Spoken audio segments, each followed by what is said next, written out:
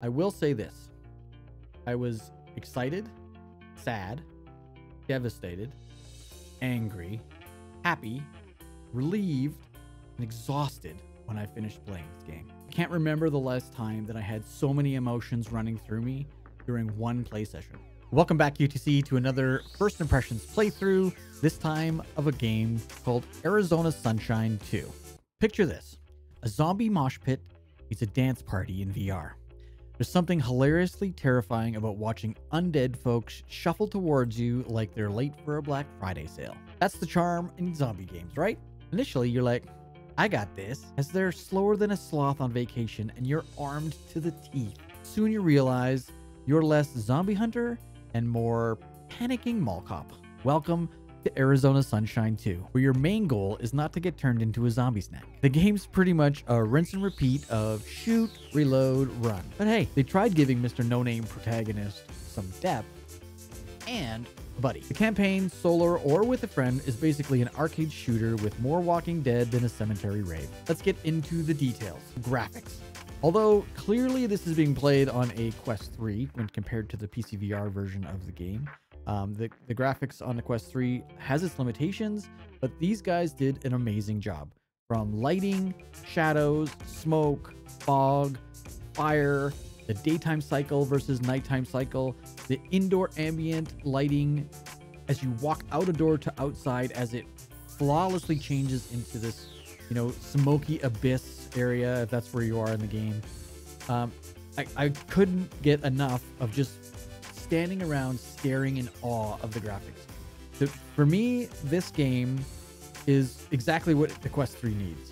This is perfect, in my opinion, when it comes to graphics. The zombie details, when really close to you, are terrifyingly good.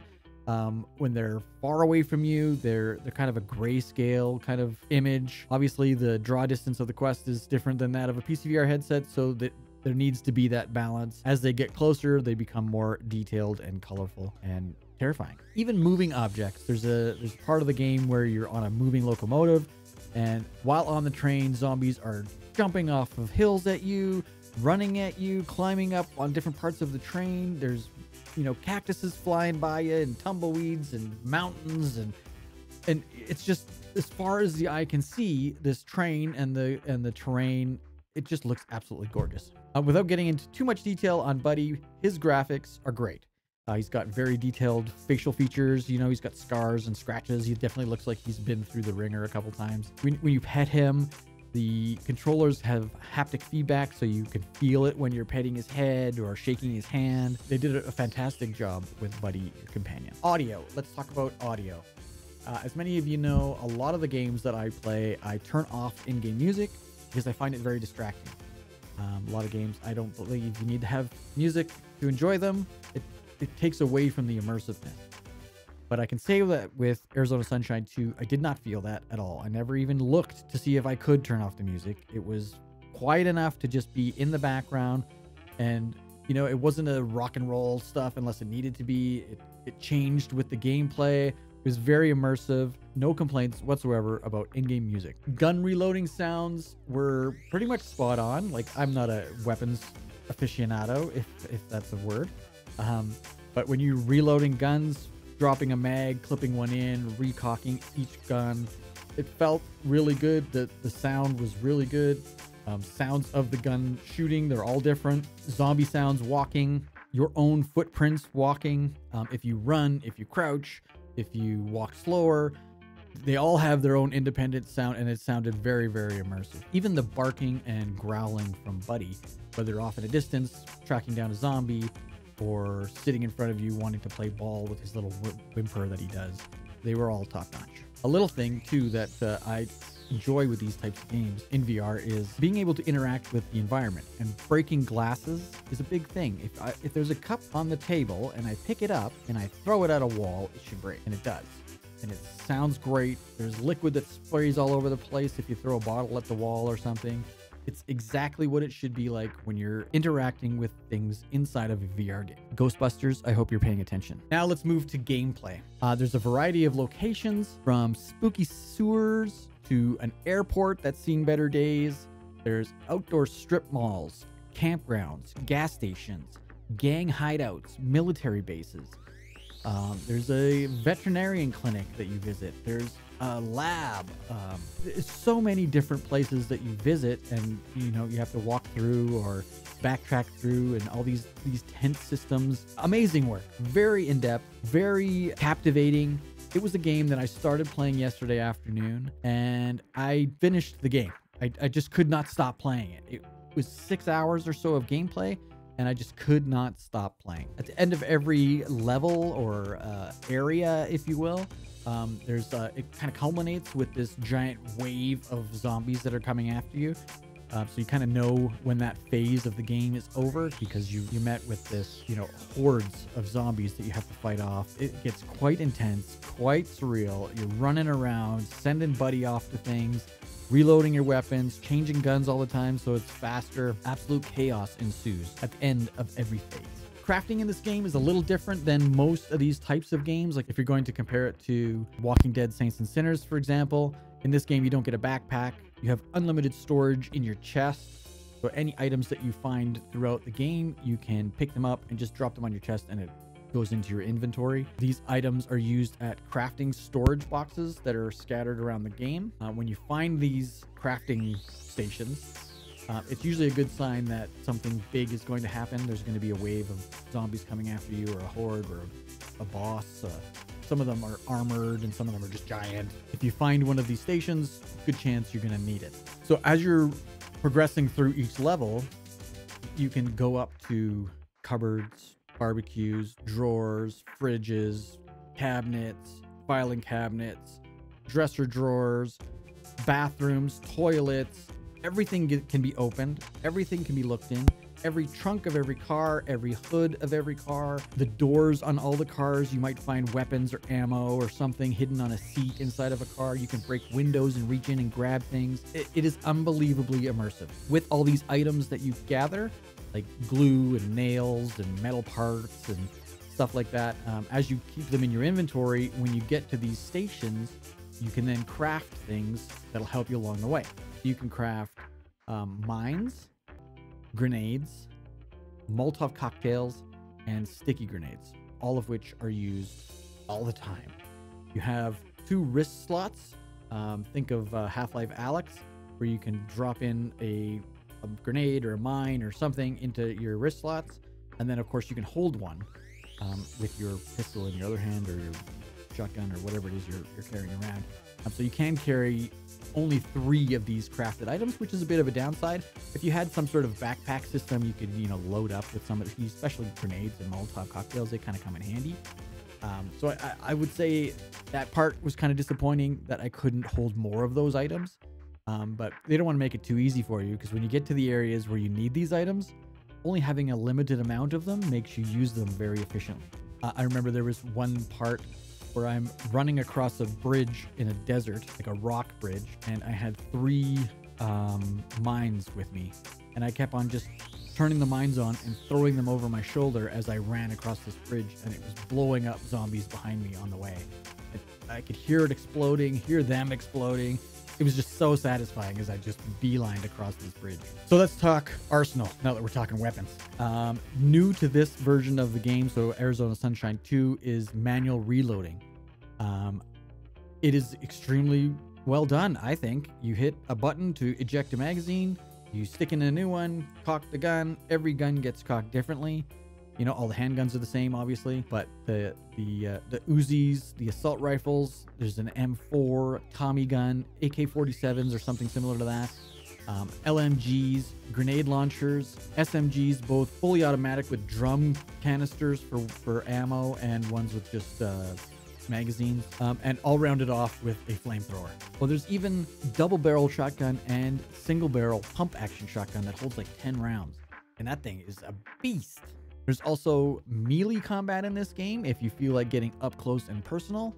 There's axes, machetes, hatchets, a butcher's cleaver, pickaxes, a shovel, a couple of different types of shovels that I saw, a crowbar, and there's probably tons more that I just didn't come across.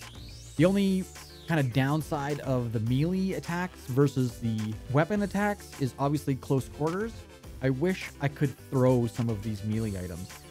If I could throw an axe and hit someone or throw a machete, that would be very satisfying. All right, now let's talk Buddy. He's your zombie fighting companion who's immune to friendly fire. Thank God. Buddy is such an integral part of this game.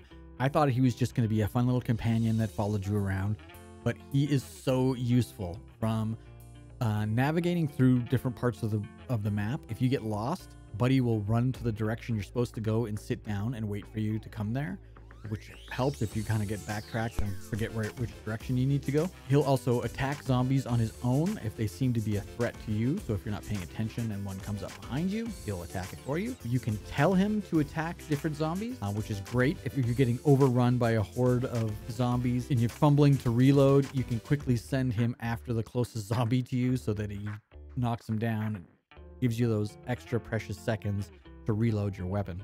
You can even use him to take down some zombies. There are a few zombies that are armored. They have helmets, looks like bulletproof vests. I could not take him down without the help of Buddy. And the game does kind of remind you of that. Like, hey buddy, I'm gonna need your help with this guy, kind of thing.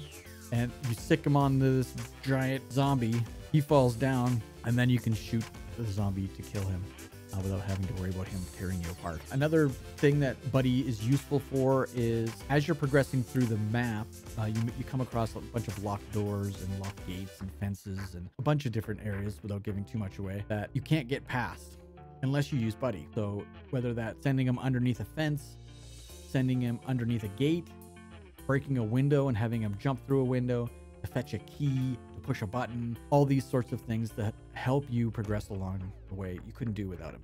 Buddy is definitely a happy addition to the franchise, a loyal companion when you need him. He'll even run up ahead of you and look around corners, and he gets into this attack stance when he sees a zombie, and he'll just stand there waiting for you to come up behind him and take out whatever he's staring at. Awesome. Let's talk story. Without giving too much away, as I don't want to spoil the game for anybody, I will say this.